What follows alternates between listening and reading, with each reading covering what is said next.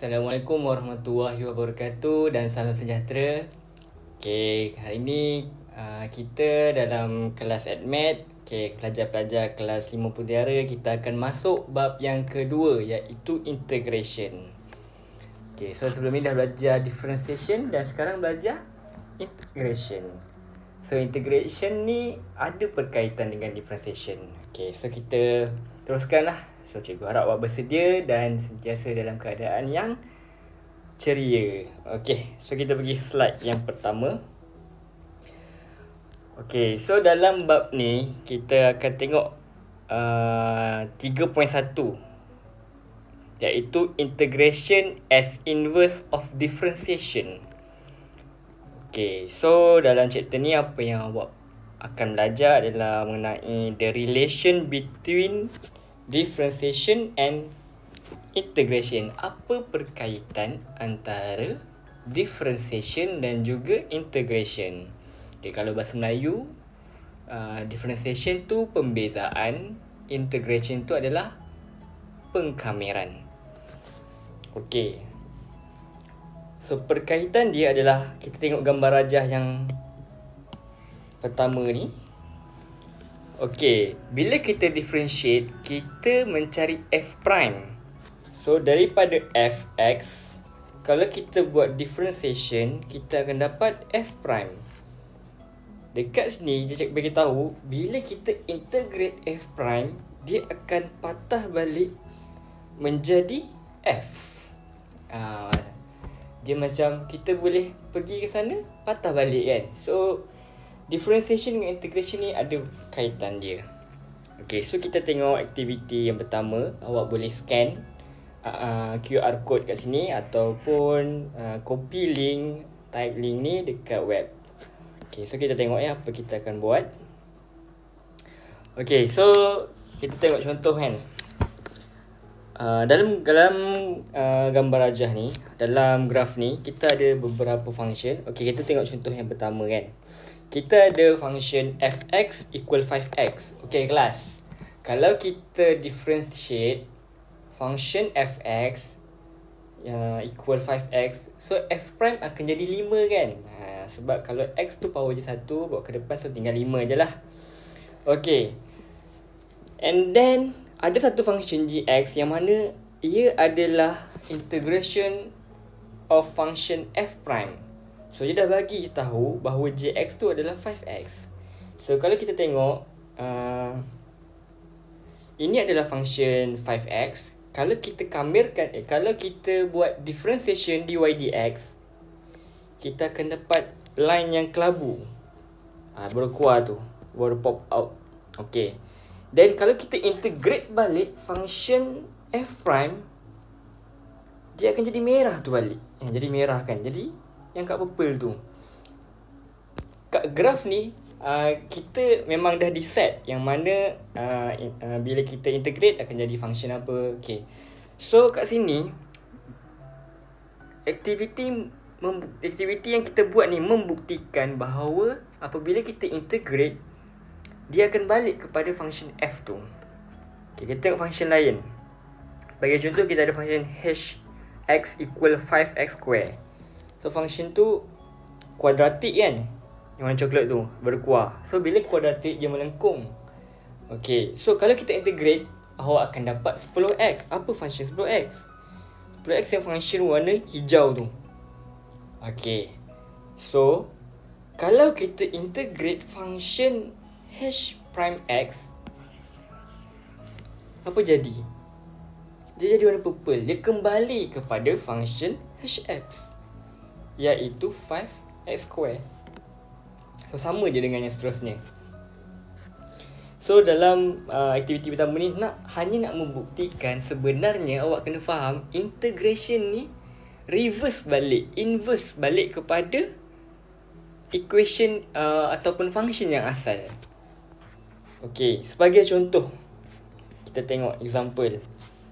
Okay, kalau kita differentiate 3x square plus 4x, so kita differentiate kan, 2 bawa ke depan, so jadi 6x, 4x jadi 4. Okay, find fx given that f prime x is 6 x plus 4. Okay. So kita ada function f prime x equal 6x plus 4. Kita nak cari fx. So ni arah dia kan, kita nak cari. So daripada f prime nak jadi fx, apa perlu kita buat? Kita perlu integrate function f prime x respect to x. Okay, so bila kita differentiate, seperti yang kita tahu, bila kita differentiate function f prime, dia akan jadi function f. So function f actually kita dah ada dekat sini. So function fx adalah 3x square plus 4x. This is function fx. Okay, simple kan? Nampak? Kat sini hanya nak kasih awak faham apa perkaitan antara integration dan juga differentiation. Okay. So kita masuk dalam subchapter yang seterusnya, 3.2, iaitu indefinite integral. Okay, dalam bab ni kita akan tengok how to derive the indefinite integral formula dan juga macam mana indefinite integral for algebraic function. Okay, so kita tengok yang ni kena teliti. Okay, kita tengok contoh dalam kes pertama. Kita ada satu function fx equal to x plus c. Dan bila kita dy dx kan dia, kita differentiate dia, of course jadi 2, betul tak? C ni constant.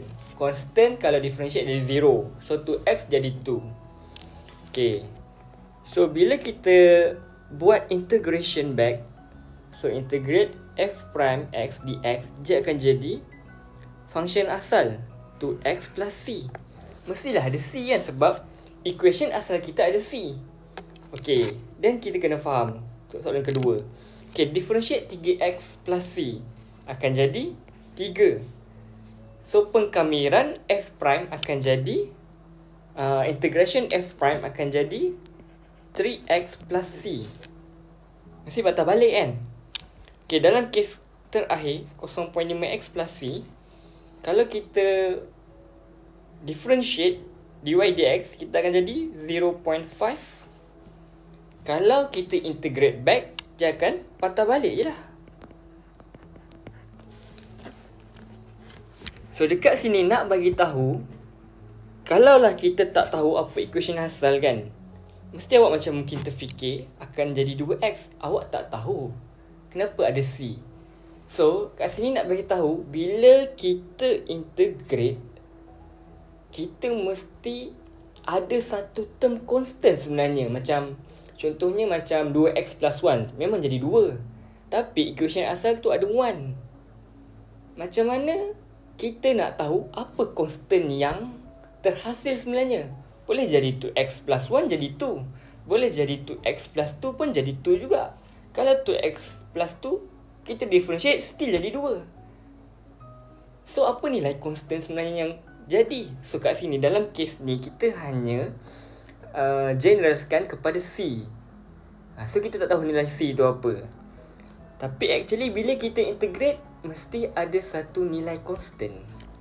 Nilai yang terakhir ni. Okay, kat sini mungkin awak masih kurang faham. Okay, kita tengok kes kedua. Okay, dalam kes kedua, kita differentiate 2x square jadi 4x. Kalau 2x cube akan jadi 6x square. Kan? Semua akan dapat macam ni lah. Okay, kalau kita integrate dia, dia akan patah balik lah. 2x cube plus c. Apa perkaitan je? Macam mana daripada 6 jadi 2? Kan ni kan 2 jadi 4 kan? So, kalau kita tengok pattern atas ni, dia dah buat. Yang mana power dia kat sini jadi 2. Sini bagi 2. Tu 4 bagi 2 jadi 2. So kalau 6, kan daripada 6 macam mana jadi 2? Daripada 6 macam mana jadi 2? So equation kita yang asalnya adalah kan 6x kan. Kalau kita nak integrate 6x square,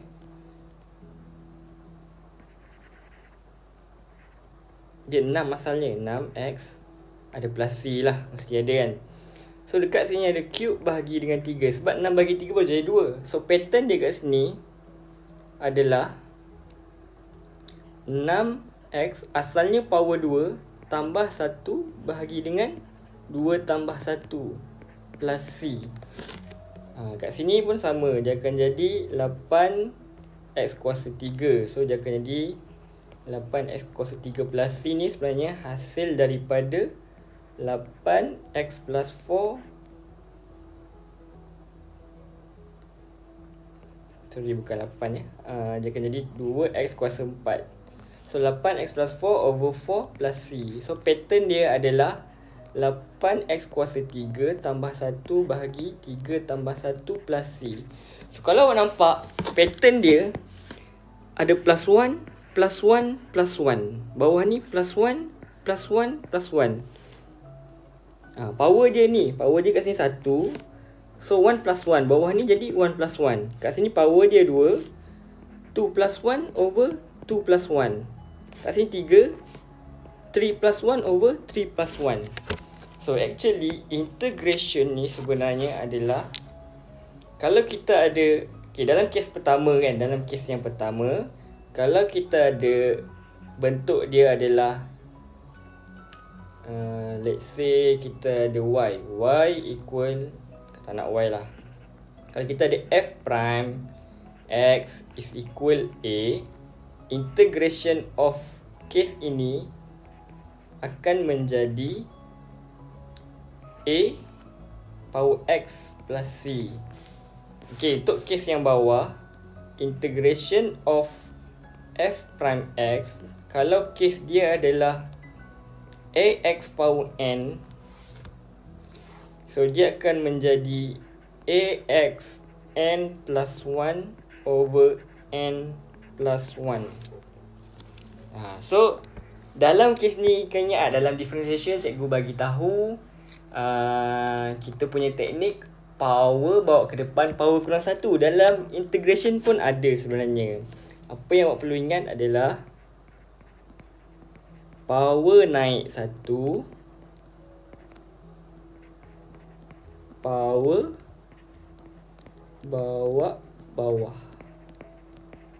So ni yang awak perlu ingat dalam integration.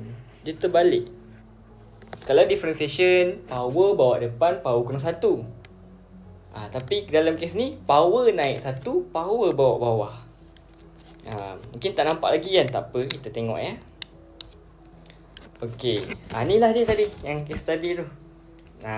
So yang ni lebih jelas lah, dia awak boleh tengok. Okay, kita tengok contoh terus lah kan, biar masih faham. Okey, so kita ada soalan pertama, dy dx equal 4x. So kita nak cari apa function y lah. Sebab bila kita dah ada y, kita differentiate jadi dy dx kan. Jadi dy dx, kita nak patah balik jadi y. So nak patah balik jadi y, dia akan jadi y. Dia ibarat macam kita y ni hilang kan, tinggal y je. Kat belah sini kan ada dy dx kan, kita nak tinggalkan y. So dx ni pindah sana, jadi kat sebelah ni kan, itu jadi integral. D tu differentiate, dia pindah jadi integrate. Dia macam tu. So kita nak differentiate for x, respect to x. So dia akan jadi, ingat teknik je tadi, power naik 1, power dekat sini 1. So power naik 1 jadi 2. So power bawa ke bawah, power yang dah naik tu bawa ke bawah, mesti ada plus c. Itu indefinite integral. So jawapan akhir y is equal to x square plus c. Itulah kan, senang je. Okay, so kita ada f prime, kita nak cari fx lah. So fx adalah integrate of 4x cube plus 2 over 3x square plus 2 with respect to x. Sama je dengan sebelah ni. So kita kena buat macam ni. Okay, dalam kes ni, alamak, banyaknya kan. So banyaknya ni sama macam kita buat differentiation. Kita boleh pecahkan dia. Kalau operation dia tambah tolak, tak ada masalah. Kita boleh integrate satu-satu. Sama dengan differentiate kan. Kita differentiate satu-satu kan, kita dy dx satu-satu. So sama dengan kes ni. So dalam kes ni dia akan jadi, kita salin 4x. Okay, power kat sini 3 mula-mula. Dia akan naik jadi 4. Lepas tu power tu bawa ke bawah, bagi dengan 4. Tambah dengan 2/3. X tu power dia adalah 2, jadi 3, bawa ke bawah. Okay. Then plus dengan 2. X kat sini tak ada power. Jadi X je lah. Mesti ada plus C. So bila selesaikan kita dapat, kena selesaikan lah kan. So 4 bagi 4 tinggal X kuasa 4 tambah dengan ni 3 darab 3 lah 9. Jadinya 2/9 X kuasa 3 tambah 2X plus C. So this is Fx. Okay. So ni sebenarnya kita dah masuk dah dalam apa orang panggil, apa yang awak belajar dalam learning outcome yang kedua, iaitu apabila awak ada beberapa expression, awak boleh integrate satu-satu yang bawah ni. So kalau kita ada dua gabungan function, kita boleh pecahkan dia. Actually ni yang kita buat ni, kita pecahkan je, integrate satu-satu. Jadi ni, yang ni jadi ni. Dan bisa ada plus C lah. Okay. So itu saja untuk kelas hari ni. Cikgu harap awak boleh dapat. Sebab step dia mudah je. Power naik satu, power yang naik tu bawa ke bawah. Okay, sekian tu saja. Assalamualaikum warahmatullahi wabarakatuh.